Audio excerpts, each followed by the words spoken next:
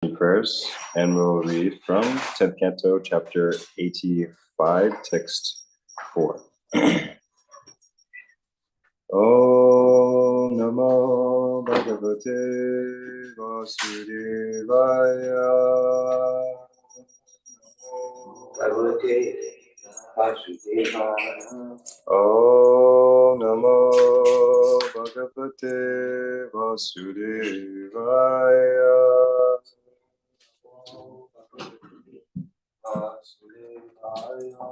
Om Namo Bhagavate Vasudevaya.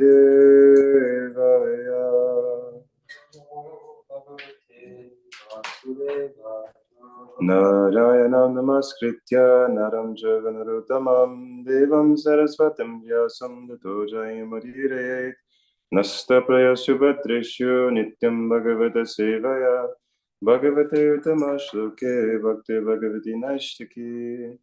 Before reciting the Srimad Bhagavatam, which is the very means of conquest, one should offer the respectful obeisances unto the personality of Godhead Narayan, unto Narayana Rishi, the supremest human being, unto Mother Sarasvati, the goddess of learning, and to Srila Vyasadeva, the author. I'd also like to offer my respectful obeisances to His Divine Grace, Bhaktivedanta Swami, Srila Prabhupada, and his followers, by whose grace we have access to this divine wisdom. By regular attendance on classes on the Srimad Bhagavatam, all that is troublesome to the heart is almost completely destroyed by hearing about the Supreme Personality of Godhead and rendering service to the pure devotee. All that is troublesome to the heart is almost completely destroyed, and loving service unto the Personality of Godhead, who is praised with transcendental songs, is established as irrevocable facts. Jayo. Okay, so once again, we're reading from chapter 85 of the 10th canto. We're reading text 4. So I'll go ahead and read the Sanskrit word-for-word translations, translation and purport. Yatra yena yato yasya yasmai yaya yatta yada syadidam bhagavan saksat Karana Purusheshvara. Word for word translation. Yatra, in which. Yena, by which. Yata, from which. Yasya, of which. Yasmaye, unto which. Yat, whatever. Whatever. They used to say that. When we were brahmacharis, we didn't know any of the Mataji's names, so we'd say, we don't know which is which. Yata, however. Yada, whenever. Syat, comes into existence.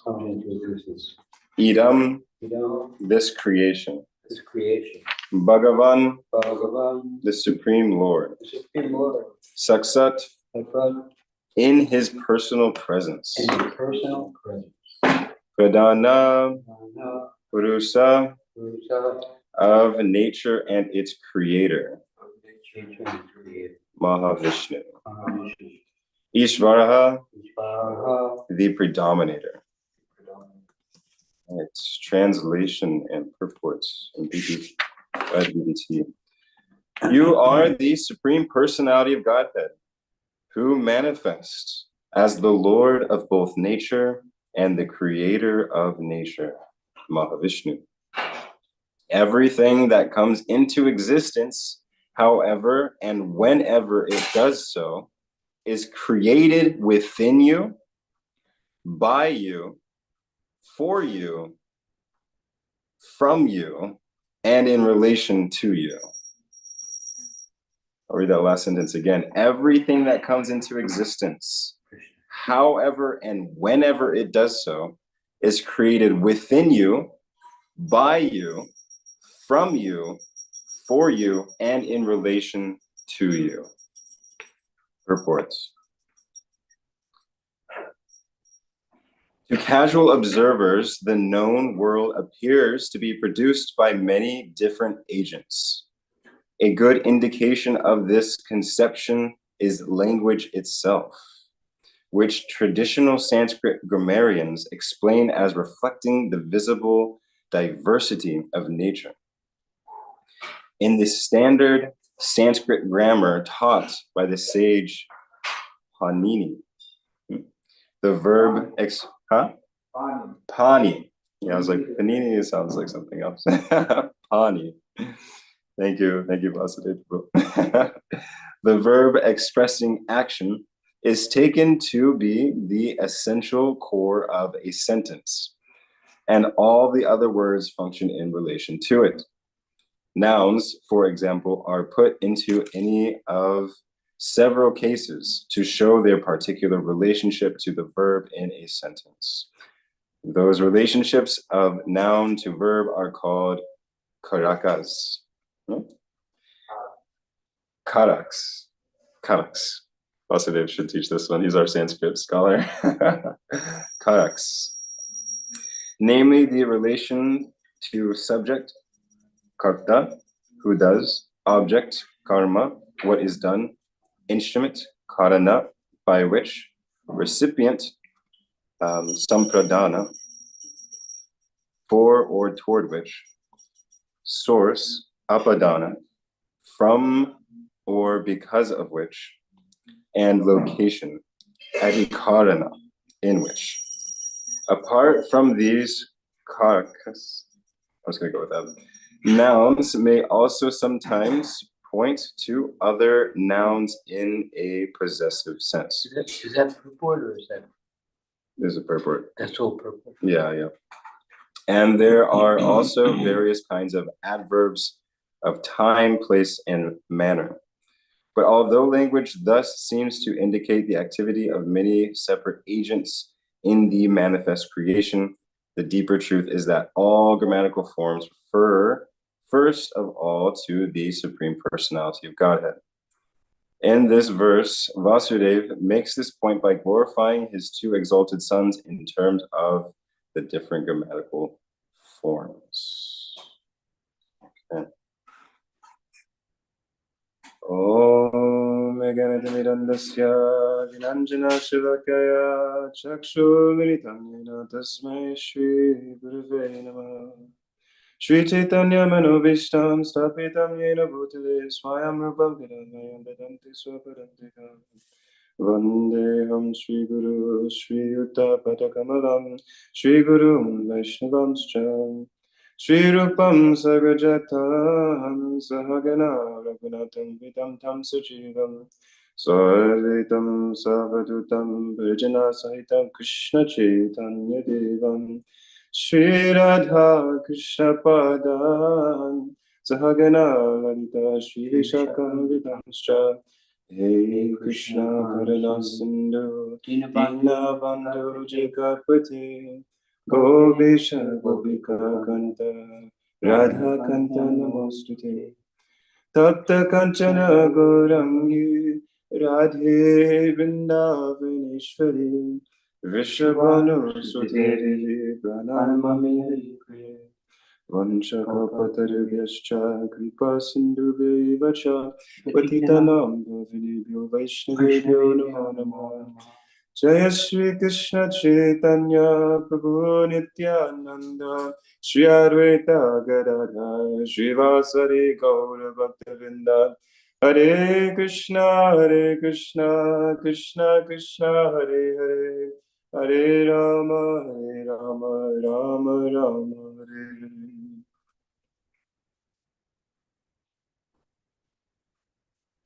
Jaya. All right, we'll read the translation one more time. You are the Supreme Personality of Godhead, who manifests as the Lord of both nature and the creator of nature, Mahavishnu. Everything that comes into existence, however and whenever it does so, is created within you, by you, from you, for you, and in relation to you. So to start this class, I was thinking I will focus on the principle of Krishna's all-pervasiveness and the personal flavor of his all-pervasiveness and how we can meditate on that in our lives. And so I would start off with a story that or actually just a recent happening. This last Sunday, some of our new community members came together for a special project. And it was led by Juanita and Andrea. And they were so inspired to save some of the flower petals from the flower festival and soak them to create a natural dye. And then we could do this art project of soaking in different clothing articles and offer that to Krishna. And so I was very curious to see how their expression would come about. And so when we actually gathered, they led us in a meditation. And they were appreciating how we could all come together in a sacred and spiritual place for the purpose of connecting with each other and intentionally bringing our consciousness in touch with the creative potency. And they even spoke this, that Sri Radha is the source of this creative potency. And that energy is all pervasive. And it's now we have this space to consciously put our awareness in touch with that creative force. And that it's not about the end products, but the whole creative experience from beginning, middle to end. And if we understand that from a transcendental perspective, it's eternal. And so it's just about bringing our consciousness to that place. And I was quite impressed. So this was one of the points that Andrea mentioned about the creative potency of Srimati Radharani. And Juanita very beautifully connected a verse from the Bhagavad Gita, that whatever you do, whatever work you perform, whatever austerities, whatever you eat, do that, O son of Kunti, as an offering unto me. And so she put that verse in connection with this creative activity. That even something like, from one perspective, tie-dye, we're intentionally coming together as a recreational and spiritual environment to offer this activity to Krishna. So I was so touched by that sentiment, because normally I'm thinking of that verse, Arjuna's on the battlefield, so he has to shoot arrows and he has to think of how he's doing that as a service and offering that to Krishna. But then Krishna also explains that one should be balanced in their habits of eating, work, recreation, and sleep. And so that's really opening the lens for everything that we're doing, being an offering to Krishna, even this beautiful moment of coming together in this creative atmosphere. And so in relation with this verse today, Krishna is being glorified, that everything in existence, and it does mean everything. So this moment of sharing this creative experience opened my eyes to just the ramifications of what everything means. Everything that comes into existence, however and whenever it does, is created within you, by you, from you, for you, and in relation to you. So one of the problems that we see in the world is the lack of perceiving things relation to Krishna. In our Shastras, that's actually the given definition of illusion or Maya. We might say so frequently, like, oh, we're in Maya, or we're covered over by the illusory potency. And the Shastras give the definition that whatever we perceive as separate from Krishna, know that perception to be Maya, or that perception to be illusion. And so when we literally everything around us, if we are not actively perceiving its intimate relation to Krishna, then that perception, that potency is known to be as illusion. Just like so many times Prabhupada has given the beautiful example of a mirage. When you're in the desert and you see those vapors on the horizon and maybe are perceiving it to be water, that misperception, that is the illusion. So similarly, not perceiving everything around us to have some relation to Krishna That is the illusion. And now this can come from so many reasons and causes. Naturally, there is the apara prakriti, the material energy. And though the soul is para prakriti, it is of the spiritual nature. When the soul is in touch with the material nature, its lenses are covered over by those elements. And so by the clouds of ahankar, the relative identity, the clouds of the intelligence in the mind and the senses, they act as these illusory covers. And it becomes so easy to perceive everything around us as separate from Krishna. But Krishna gives a very nice instruction in the Bhagavad Gita.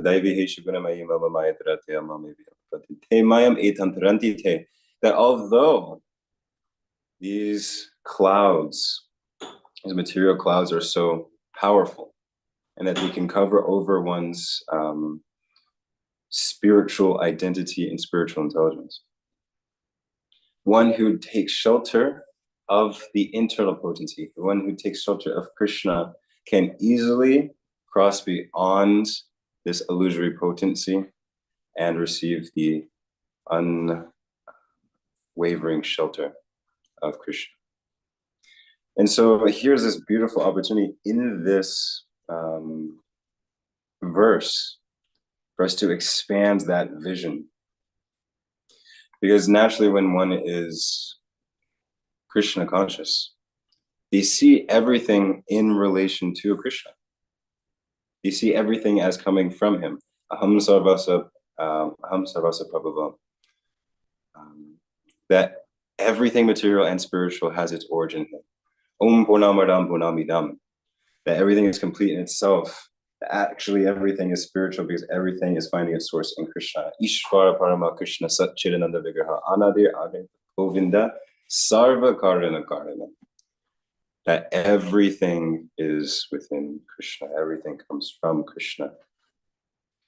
Now, there's one point that we can really focus on, which will bring a lot of flavor and a lot of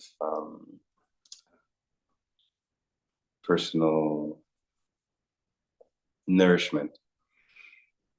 In the 11th chapter of the Bhagavad Gita, Krishna reveals his Virat Rupa, his impersonal or his universal form. And it's described as magnificent and fearsome, very intense. And the purport, Prabhupada describes that this universal form is usually not so attractive for the bhakta, for the devotee. Because for the devotee, they love to relish the personal form. We see Arjuna is in the mood of Sakya, of friendship with Krishna. But when he saw this grand universal form, it was overridden by his mood became one of Shantaras, of great awe and great reverence. And so we see this in his words, like, I offer obeisances to you again and again from the sides and from all directions, from the front and from behind, every direction. I offer my obeisances unto you. Jesting with you, I thought you were my friend, and please forgive me for these moments. And in Krishna, it reveals that Krishna is actually wanting the friendship. So he says, okay, now that you've seen this grand universal form, I've fulfilled your desire, since you have asked to see it, but now be finished. Put away this fear, put away this mood, and go back to our friendly relationship. So with this perception of the universal form, we can sometimes leave aside the all-pervasiveness of Krishna in favor of his personal form. And this is a very important point, a very sometimes sensitive point, because in the school of impersonalism, they go to an extreme. They focus so much on this all-pervasive form, which Krishna does say that I am, in one sense, everything, and I am separate. Everything comes from me, and I have my personal form.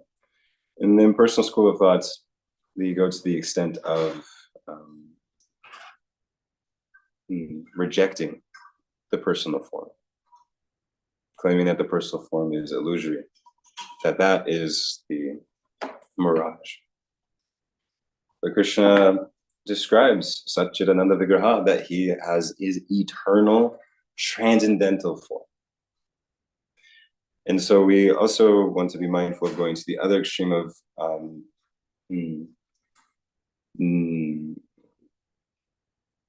not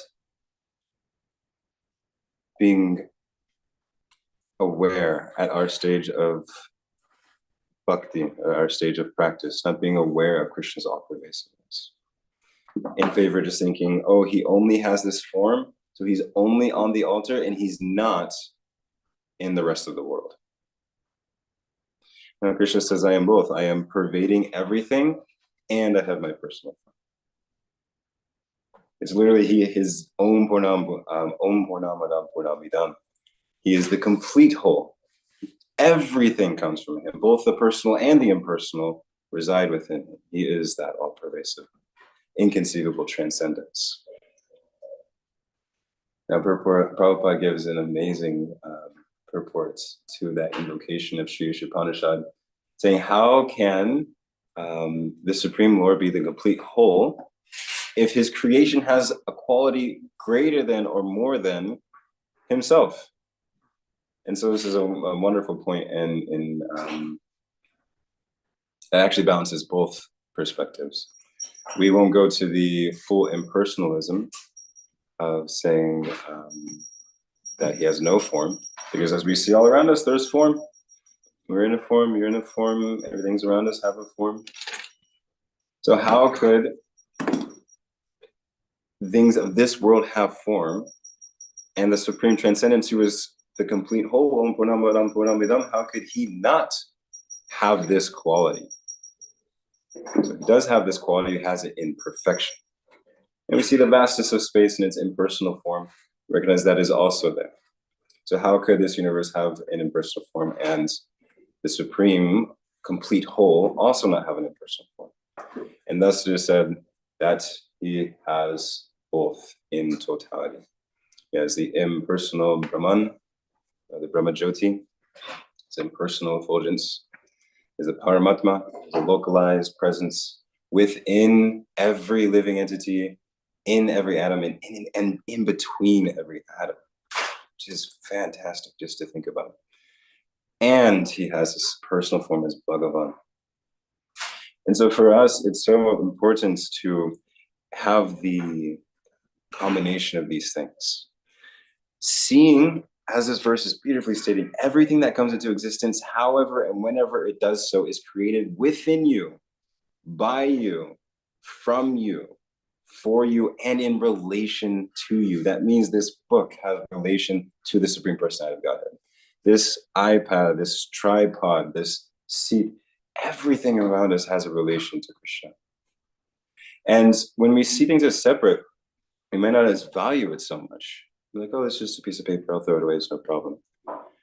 But when one is walking through this world, seeing that this most sweet, divine, caring, compassionate, supreme personality, all these beautiful qualities of the Supreme that are given in the nectar of devotion, this Supreme Personality of Godhead pervades everything.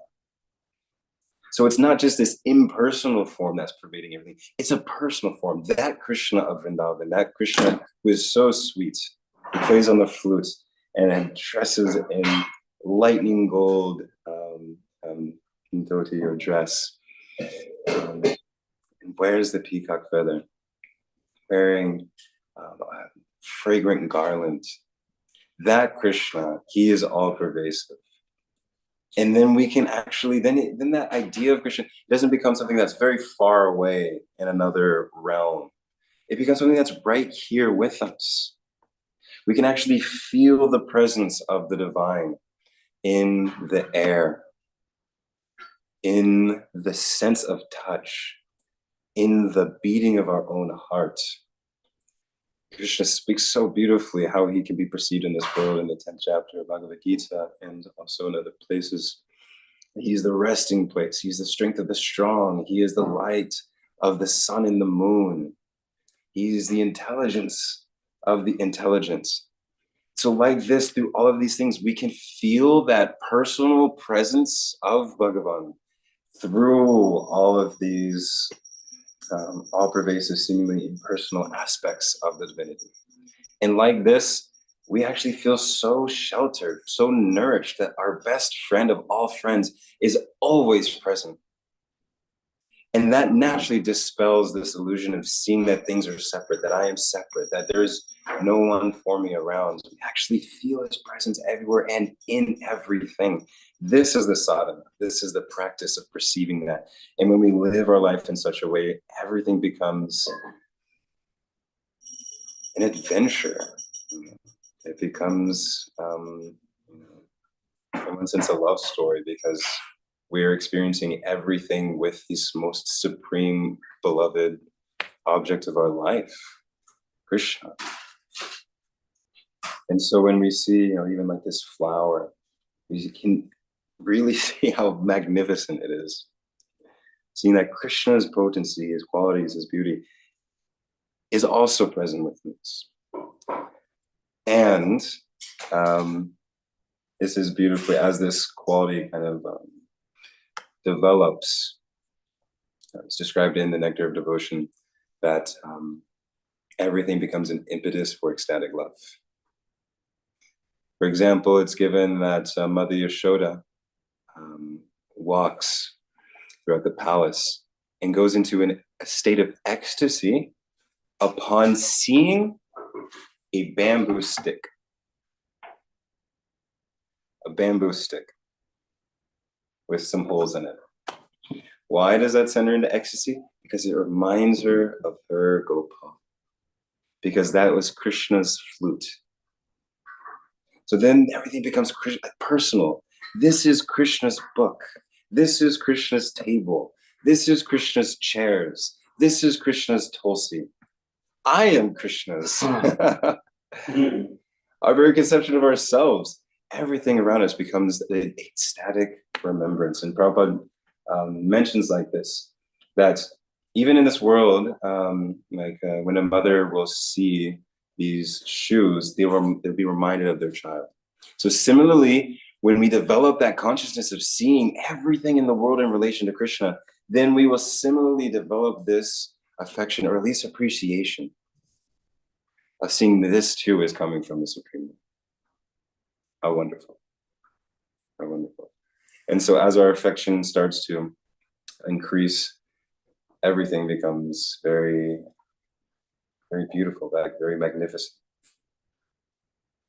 And that's those feelings of appreciation start to increase. Like Prabhupada writes, that it's like a machine that kind of you like start to push some momentum, and then as the momentum starts to go, and then it starts to keep going on its own. He gives this example of click, click, click, click, and then it starts going. It kicks up. So like this, we're gradually putting our consciousness into motion of seeing and practicing seeing these things in relation to Krishna and appreciating these qualities of Krishna in relation to all the things around us. And then it moves forward like this. And so this final point, in relation to this Virat Rupa, this impersonal form, it's described that yes, the bhakta may not want to focus as much on this impersonal aspect as opposed to the personal form of Krishna, a very sweet form of Vrindavan Braj Krishna. But that all-pervasive aspect, Om Namo Bhagavate Vasudevaya, we still keep present within our consciousness. So much so that it increases. And we see how the sweetness of that all-pervasive aspect can increase. In Nectar Devotioners say that we, as Gaudiya Vaishnavas, we're meant to follow in the footsteps of the residents of Vrindavan. And all of the residents of Vrindavan, they take the shelter of Vrindavaneshwari Srimati Radharani. And it's described there, there's one famous verse that Srimati Radharani Kadika speaks about Krishna. That Krishna, when you are before my eyes, I just see you once. But when you are out of my sight, I see you everywhere. I see you everywhere. So like this is this stark difference between this magnificent universal form with time personified, destroying all things, and seeing how that progresses into this beautiful, sweet Vrindavan Krishna, all pervasiveness. That wherever we look, all we see is our worshipable Krishna. And this is Krishna consciousness. And that will pervade in all of our activities, whether it be something as recreational as spiritual tie-dyeing. It will show in how we treat things around us, especially other people, seeing that regardless of the condition that they're in, this is ultimately a part of the divine. And every aspect that they exhibit is also part of the divine. And it will also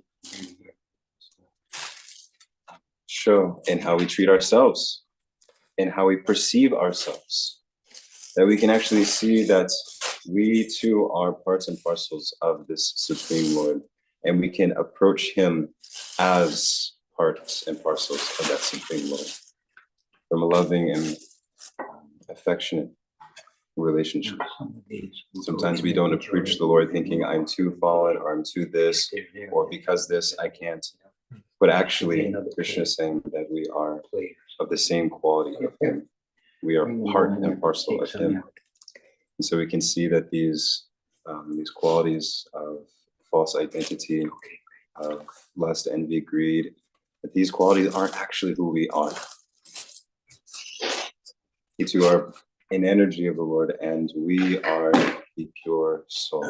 And so when we approach the Supreme Lord as who we are, we can really develop that loving relationship with Krishna. And once that state is attained, mamchaya vyabhicharena bhakti yogena sevata saguna samatite brahma bhuya ekapati. Then once we are engaging in those activities of love with that consciousness, then we transcend the three modes of material nature and rise to the platform of pure spirit soul. And on that platform, we develop the highest satisfaction of ecstatic love with the Supreme Personality of Godhead, Krishna. So I'll end with that. As your humble servant, please forgive me if I spoke anything inaccurately or incorrect. I hope there was something that we could take away in our practice, in practicing perceiving the loving form of Krishna in everything all around us, in each other, and within ourselves, and of course, with Krishna directly. So with that, I thank you very much for this opportunity to glorify Krishna, and I'll hand it over to another Vihari for questions and comments.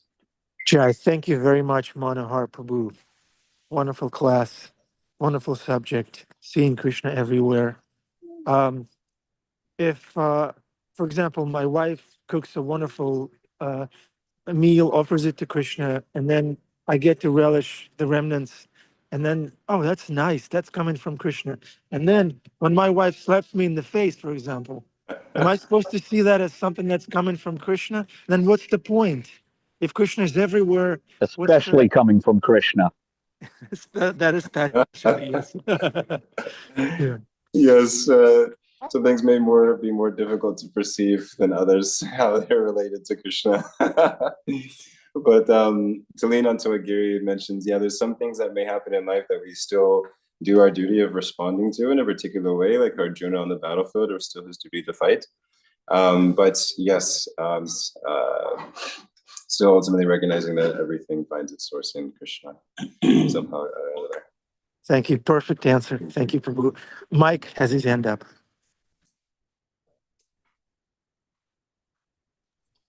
Hare Krishna. Thank you for your good class. It's always wonderful when you lead class. I have this question that, I just don't know what happened to that. I don't know. I kind of drop out of this debate these days just because I know it can be an offense. But I have a very, very, very dear friend who's Scottish and Baptist. So whenever we hang out, and I'm sure you have experienced this sort of thing, if the discussion tends to fall towards God, I try to tell him, God is infinite. God, Krishna, I don't even mention Krishna because that all of a sudden I get the evil eye, but God is in everything. And no matter what, it always devolves down to, yes, that's true, but I'm the devil. So do I just not even talk about this subject anymore? Or is there a way to rationally explain to him that if God is infinite, he can project himself so he can become attractive to everyone? Like if I say that, it makes sense to me. I'm sure it makes sense to you. But all of a sudden he says yes. And again, I love him, so it's okay. I don't take offense that he calls me the devil. But then it drops right back down to that. Thank you. Haribol. Thank you for that. I think maybe Adi Purush, you could give some thoughts on that. Hare Krishna. It's very profound that Krishna allows people free will to ignore him, to hate him, to be aware of him to different degrees of intimacy. And that's how wonderful Krishna is. He's very patient. And if someone wants to deny his existence, Krishna allows them.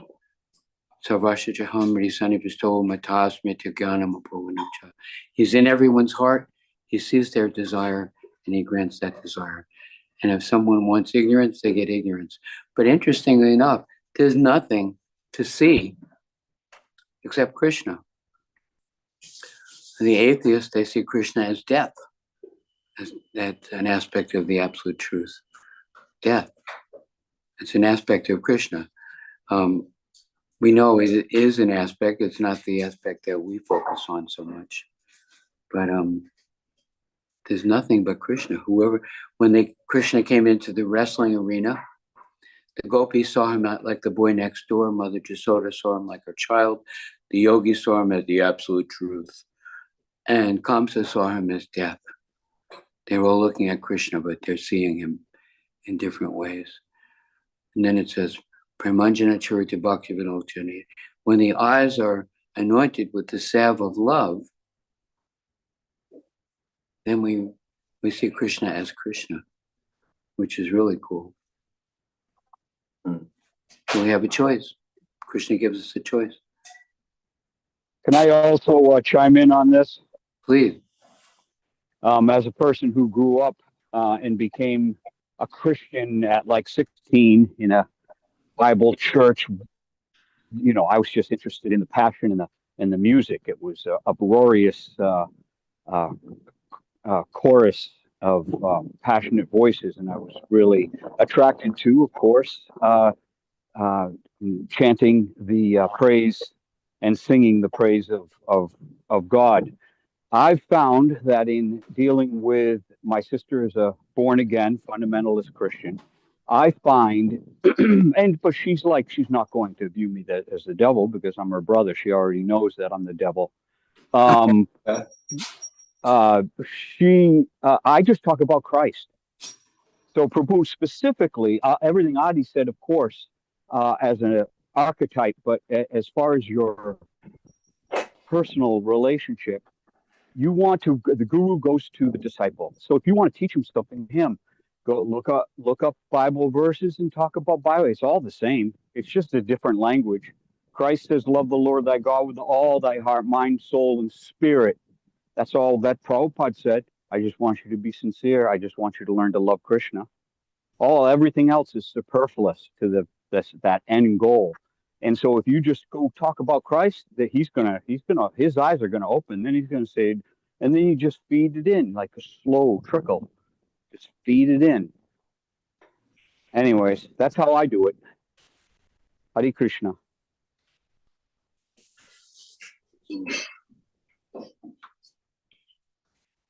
Jai.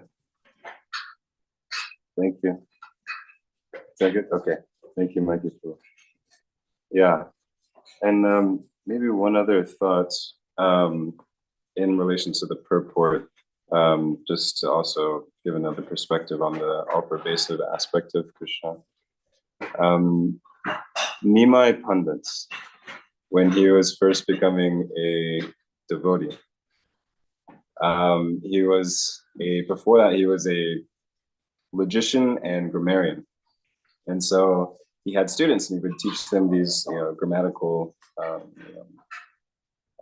rules and regulations and all these different things around grammar. And so the purport's talking a lot about Sanskrit grammar and the different combinations and how that works in relation to Krishna. And when Nimai had this transformation of heart, he tried to go back to teaching grammar. And so they would ask, what does this combination of words mean? What does these things mean? And he would just say, this word means Krishna. And it's like completely different. In fact, every letter means Krishna. Every vowel means Krishna. Every space, even in between the letters themselves, simply mean Krishna.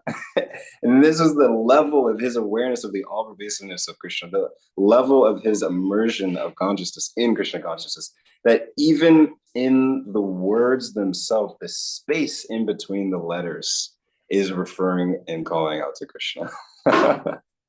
And so what to speak of if we see everything and even our personal interactions with everyone, even from different practices, that even this is somehow reminding me or calling out to Krishna in some kind of way.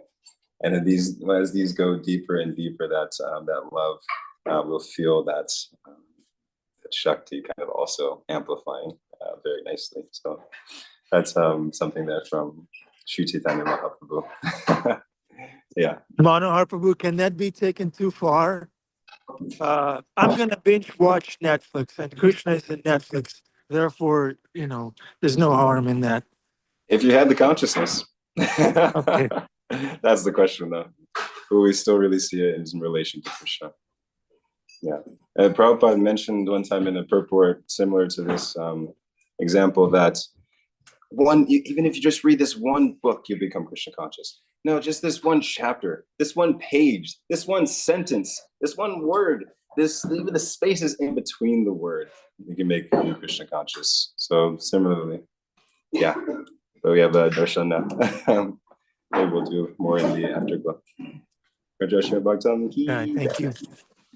Okay, this is the afterglow. Turn on your cameras, please. I mean, the darshan time. Turn on your cameras if you can.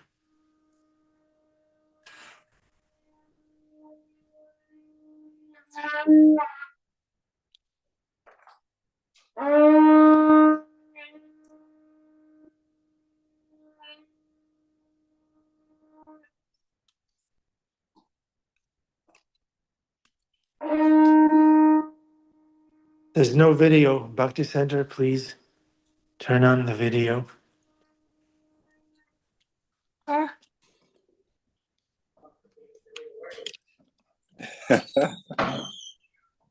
Manohara Prabhu video. Yeah, thank you.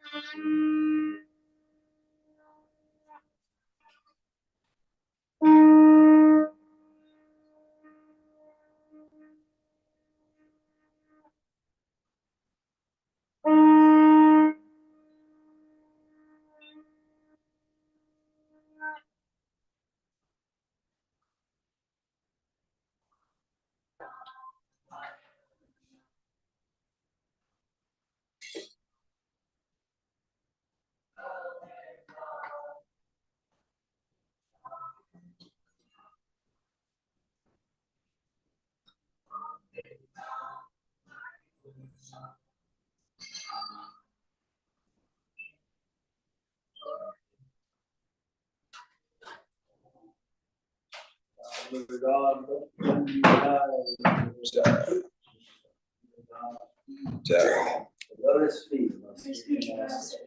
The only way those feet can take you. I bow to the lotus feet. By the grace and pains.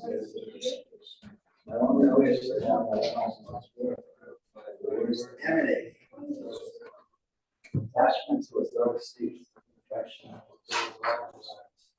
He opens my darkened eyes to those He is my Lord, birth after birth. From him ecstatic praying enemies. They experience in this air. Search and master the ocean of rest. Before the Lord passes. Oh, master. All the children.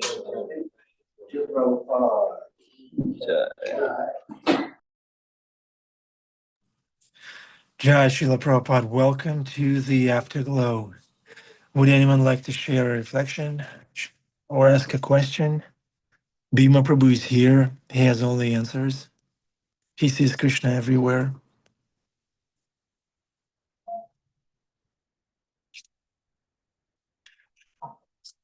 Okay. Jeffrey Eckler, you had your hand up at one point. Did you ask a question? Manohara is here. Manohara, Hare Krishna. Hare Krishna. Thank you, Manohar, for this class. I love the practicality of your presentation, in that we can easily lose ourselves in the expanse of the everything, and to really bring it back to as simple as exactly what you said, like this iPad, this tripod, this is all Krishna's, and understanding that is very like palpable. We can touch it, we can understand care, we can understand I don't want to scratch this, I don't want to place this Bhagavad Gita on the ground because I have respect for my the people who came before me, and the words that are in this book.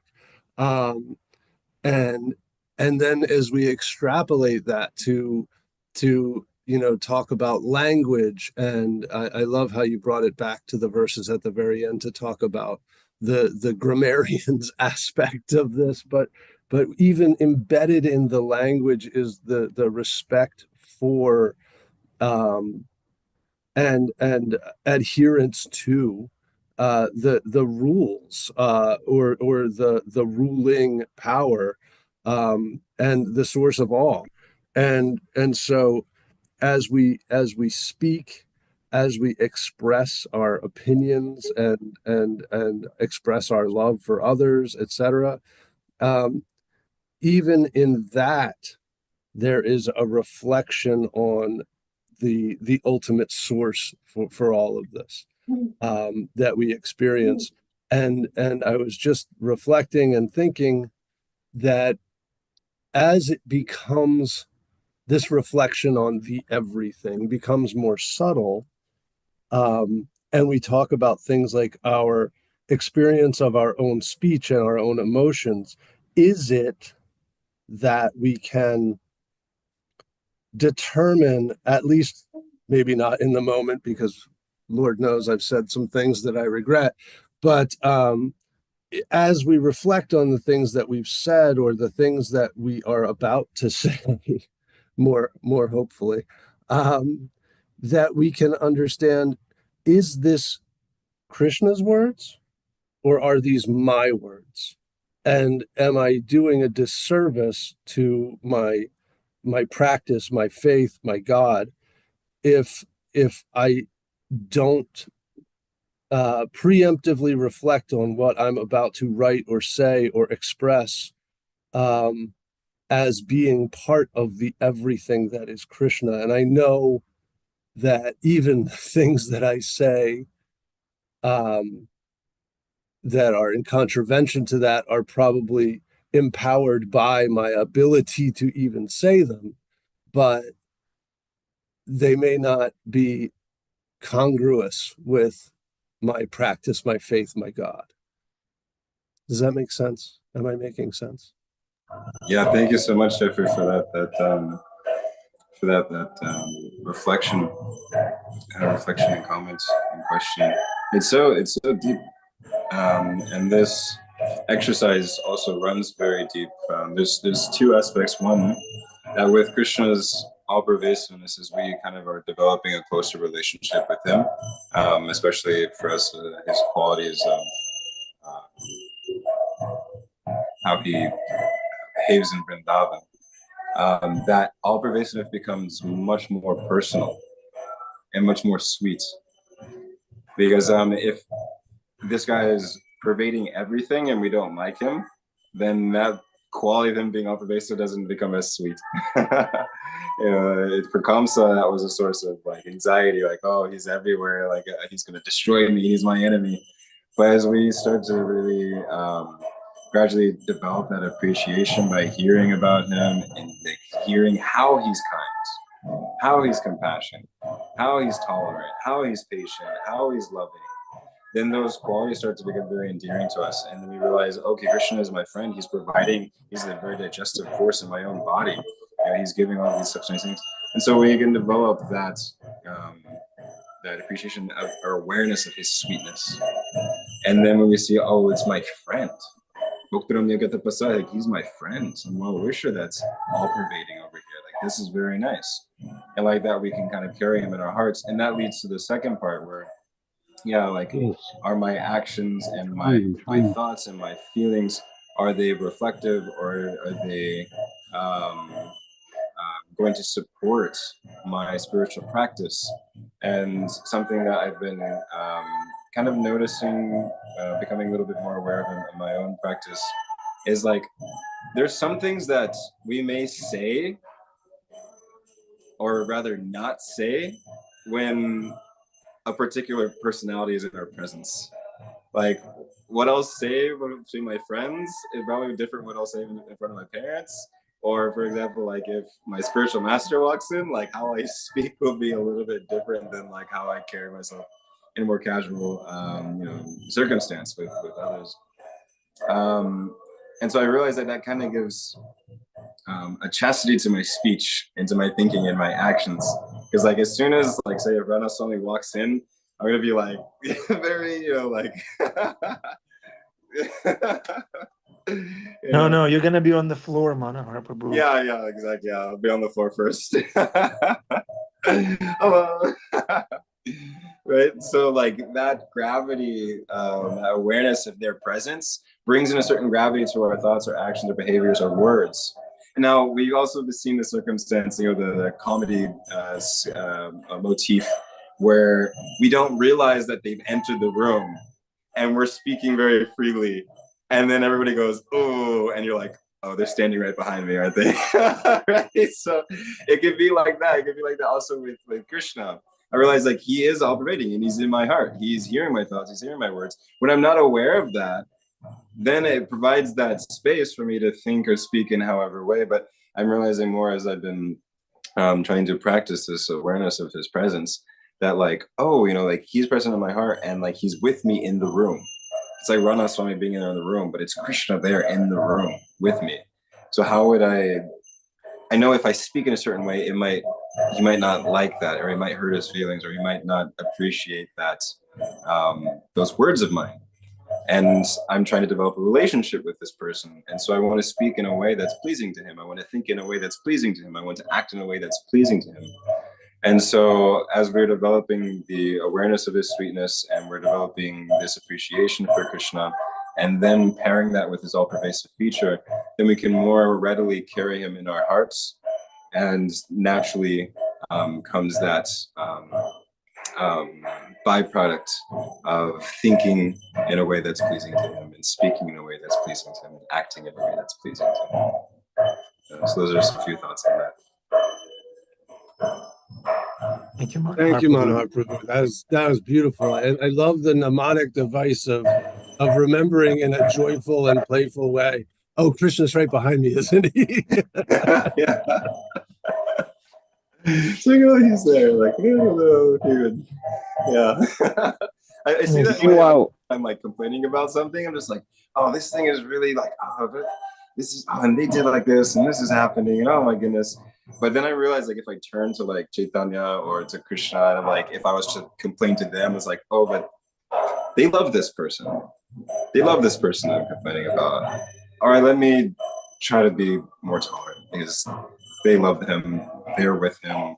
Okay, I still may have to do the correct thing. Krishna does the correct thing. He arranges things for our growth, so that may involve correction. But it's not from a place of anger. It's not from a place of envy. It's from a place of affection, a place of compassion. Thank you, Jeffrey Prabhu and Manohara Prabhu. Min has her hand up. Hare Krishna then. Hi, Krishna. Thank you so much for class. I just wanted to thank you for what you shared this morning. It's something that I've been asking Krishna for a while, and just this morning in my japa, this topic of co-creating with God and what to do with our skills, and just the other day, Adipusha Prabhu questioned this. What do we do with ourselves? What do we do with art? And being an artist, I've been trying to figure out what to do with that skill. And I've come to a place where I've been asking Krishna to help me. And just this morning in Japa, the very topic was on my mind. And I had this image of and when I actually at some point I thought maybe I should just ask for God to help me, that I can't do anything with the skills that He's given me. And I had this image of Radharani helping me make artwork. And that just really kind of it really broke me actually in such a beautiful way. Um, and it made me help me realize, wow, we could, when we cry to Krishna to help us to do stuff, not on our own, but through their help, that it can be, I don't know, it just made me realize that may be the way to live. I forget that all the time. So thank you so much. It's something I had to hear perfectly this morning. And I wanted to also share with Hadipusha and Bhima Prabhu about the answers you guys gave me the other day about my confusing and very unclear question about Paramatma. That morning, after you guys gave me your beautiful answer, I opened Srimad Bhagavatam and I read about Dhruva Maharaj praying and doing sacrifice in the forest, and then concentrating his mind on Paramatma, and all of a sudden opening his eyes and seeing Paramatma in front of him, and the process of him becoming a bhakti yogi after that.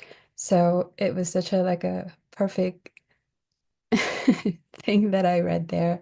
And so I just wanted to thank you guys for giving me such a great answer for me to get there. What was the answer they gave? I mean, That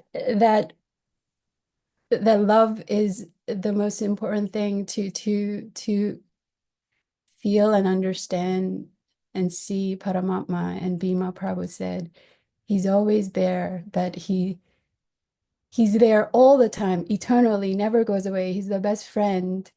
Because I had asked, why do I feel? I had mentioned that, in Bhagavad Gita, when Arjuna hears Krishna and Krishna gives him all the confidential knowledge and says, you make your own decision. And that's so great. I've never heard God giving, somebody a choice to make like that, It's so radical to me, but some, I had a feeling within me, and it's been there for a while. Well, but now Arjuna is by himself, have to make that decision. But I think, hearing about Dhruva Maharaj, it was Paramatma who gave him his intelligence to love God and devote himself to God. So yeah, my question was, how do I see, how do I not feel lonely? And they said, well, God is with you all the time, it's Paramatma. perfect. Hare Krishna. Okay, Bhima Prabhu, we see that you were tempted to glorify Krishna. Was that Min just speaking? I was away from the phone. Was that Min? Yeah. Yeah. Um, sometimes somebody's reflection and response to something that they've heard, like from Adi Purush and myself, at least for myself, feels like I'm teaching the teacher. Min expresses herself with such feeling, and is always looking for the image of Krishna and the form and the company of Krishna, and that is the only prerequisite to getting Krishna is desire. So that's what I took away from what her response was, as I'm responding back.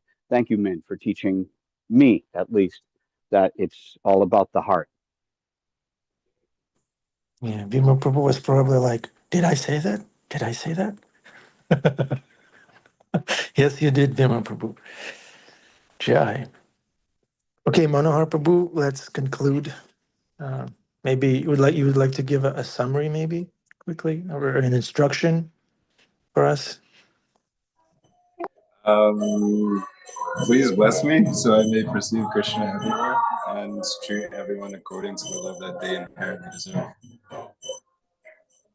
Yeah, devotees, please bless Manohar. Jai Hare Krishna. Okay, Karen, bring Isaiah and Annabelle to the phone, unmute them. Make sure there's no Akashvani, and let them say Hare Krishna for us.